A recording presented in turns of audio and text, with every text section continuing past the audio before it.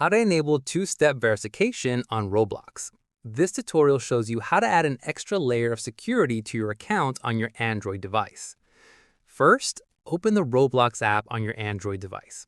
After that, tap on the More icon at the bottom right corner of the screen. From there, tap on Settings to open your account settings. At this point, tap on Security to open your security settings. In the next step, scroll down and look for the two-step verification section. Following this, if it is currently set to none, it means two-step verification is not yet enabled on your account. Once done, tap on it to see the available verification options. You can choose either email or authenticator app depending on your preference. From here, tap on your preferred option to select it. At this stage, Roblox will send the verification code to your registered email address. After this, open your email app, grab the code, and head back to Roblox. Finally, enter the code in the field provided and tap Confirm to activate two-step verification on your account.